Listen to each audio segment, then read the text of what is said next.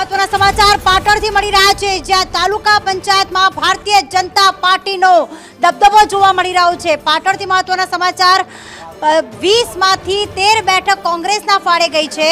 પાટણ તાલુકા પંચાયતમાં માફ કરશો કોંગ્રેસે કબજે કરી છે।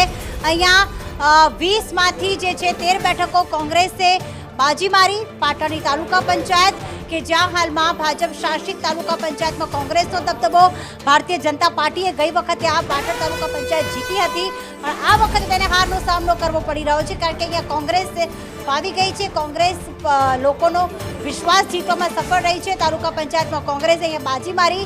પાટણ તાલુકા પંચાયતને સૌરાષ્ટ્રની મહત્વની બેઠક, કારણ કે 20 બેઠકમાંથી 13 બેઠક અહીંયા કોંગ્રેસના ફાળે ગઈ છે। કોંગ્રેસ માટે એક રાહતના સમાચાર આમ કહેવાય ને કે ઘણી બધી હાર પછી કોંગ્રેસ માટે રાહતના સમાચાર સામે આવ્યા કે જ્યાં તાલુકા પંચાયત કોંગ્રેસે કબજે કરી છે।